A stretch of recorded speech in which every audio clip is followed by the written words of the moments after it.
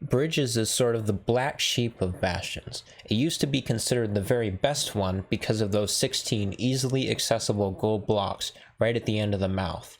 But as Bastions got properly routed, people realized that Bridges may actually be the worst Bastion. Because sure, you do have those easily accessible gold blocks, but finding enough piglins to trade that gold quickly is a real challenge. It turns out that even the top Bastion runners really struggle to run Bridges in under 3 minutes, much less the 2 minutes you really want to be on a good world record pace run. However, recently I've been looking into the route for Bridges, trying to improve it, and I think I figured it out. So in this video, I'm going to show you the route I developed. I'll give you some tips and tricks for actually doing it. I'll showcase how much potential it actually has, and then lastly, I'll demonstrate how it may go when you're a little unlucky and how to play it if that happens. So here is a showcase run of me doing the new Bridges route. You'll see right here, I actually only take 11 of the 16 gold blocks. Originally I was thinking 10, but I think 11 is a safe number because you can low roll on pearls.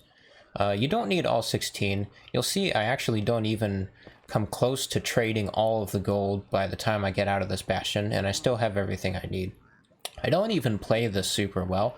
I failed to build this platform quickly.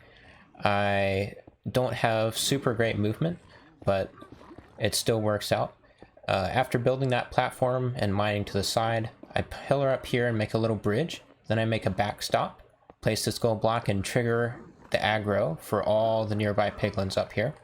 And you'll see quite a lot of them come running. I throw gold onto the bridge and then drop them down to where most of the gold is. Now I have a little extra gold to distract these piglins while I loot these chests. I get obsidian, which is the main thing I need. There's nothing else in these chests that I need. I throw the rest of my gold to these piglins, and I go back down to loot all of the trades that are at the bottom. It's actually so fast that some of these piglins are still aggro right when I get down, so you have to be a little careful. And right here, I actually want to wait for another fire res potion because I don't see the one in my inventory, but then I get this one, and so I have everything I need. I throw the fire res and I pearl out. It's 1:34, which is probably the fastest the Bridges Bastion has ever been rated in a speedrunning context. And you can see I have 10 obsidian, I have a ton of pearls, I have string for beds, and I even have crying obby and glowstone for respawn anchors. So now that you've seen the example run of me doing this route, I'm just going to run through the route and show you a few tips and tricks. So first off, there are 0 to 2 hoglins that can spawn over here in this area.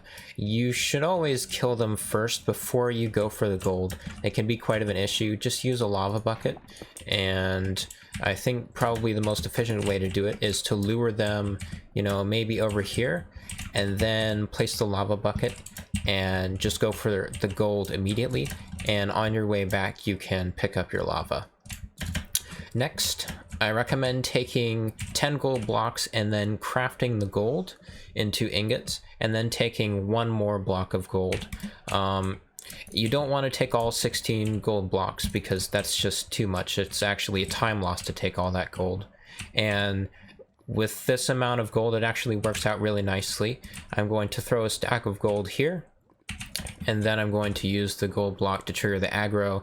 I'm going to use this gold to lure all the piglins onto the bridge, and then with whatever extra gold I have here and with the gold block, I have a little gold to distract piglins as I raid the chests. So as I come over here, first thing I do is I make this little platform right here at this specific spot, and that is so gold doesn't like fall down a crack or something and then the piglins wander off and aren't able to see it. If you throw the gold right here onto this platform, then piglins in the general area are going to see it. I always, or not always, but I prefer to mine down these 2 blocks and this block right here, because I've learned that even though it does take you a few seconds, it's absolutely worth it. The piglins, for whatever reason, really love to wander off into this corner, and almost as often they love to wander over here as well. So if you mine these blocks, then they're actually able to get back up here and continue trading gold. Then I pillar up at this block specifically. You just have to memorize the location of this block. And I pillar up until I am about at this height. And I go 1, 2, 3 here, 1, 2, 3 here, making a bridge all the way across. And then I do this little backstop so that I don't get shot off or attacked from behind from piglins back there. I mine the gold block and tons of piglins come over from both sides.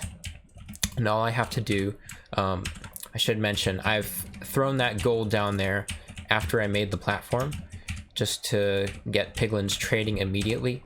I kind of throw it up in the air a little bit just to make sure all the piglins around can see it.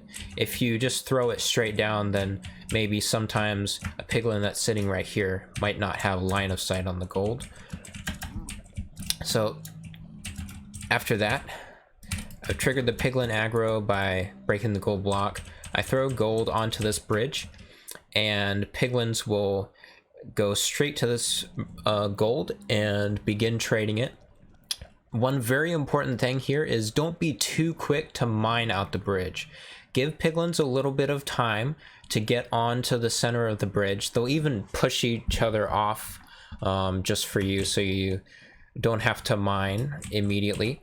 And that's for two reasons.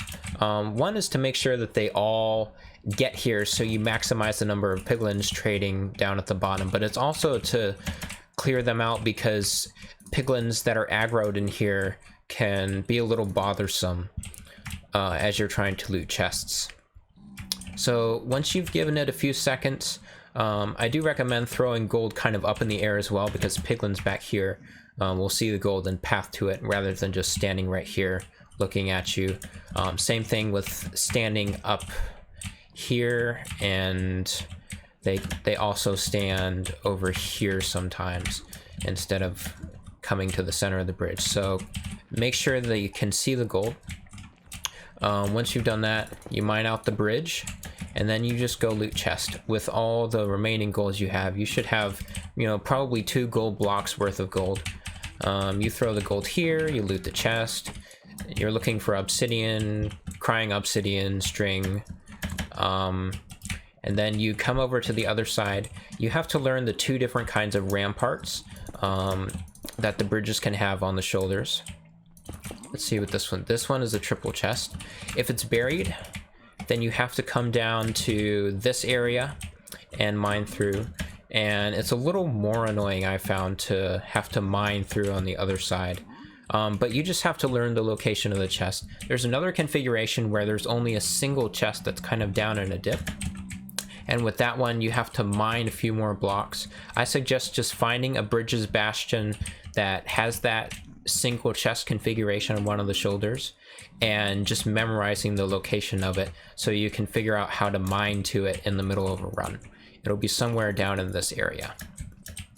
And then once you're done looting chests, well, you loot one side, you come to the other side, and you do the same thing over there. And once you're done with that, if I had to loot both shoulders, I'll come from here, and let's see, I'll go down here, break this block, place 2 blocks here, and block clutch right here, and pick up all my trades. If I only have to go to one shoulder, then you can just come back up here and drop straight down, which is a little bit faster. And if you're too fast, sometimes you still have aggro piglins trading at the bottom here. So I like to keep just 1 extra gold ingot in this slot. So if there's any remaining gold down here, I'll pick it up and I'll immediately throw it back so that any piglins who are trading don't attack me because I picked up the gold and they're still mad at me.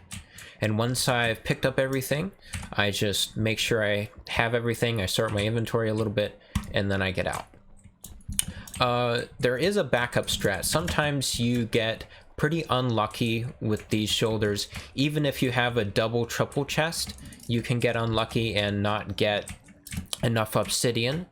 meaning you have to get all your obsidian from piglin trades. If you do have to get obsidian from piglin trades, then Bridges Bastion is the way to go because it has all these gold blocks, but it's certainly not optimal. So if you happen to go through both chests and you found that there's no obsidian, you come down to the bottom and you pick up everything and you don't have enough obsidian, you can just go right on back here, grab this gold, and continue trading. As you do some inventory management, you know, maybe you can save a little time that way. And you should be out at a reasonable time, maybe by 3 minutes, maybe by 3:30, and it can still give you a good run. So there you go. That is how you raid the Bridges Bastion in under 2 minutes. Hopefully this video was helpful to you. If you enjoyed it, be sure to follow me on Twitch, as I will be streaming at the end of the school year, hopefully going for a sub 20 time. And if you have any questions, feel free to ask me on Discord. Thanks for watching, and I'll see you all later.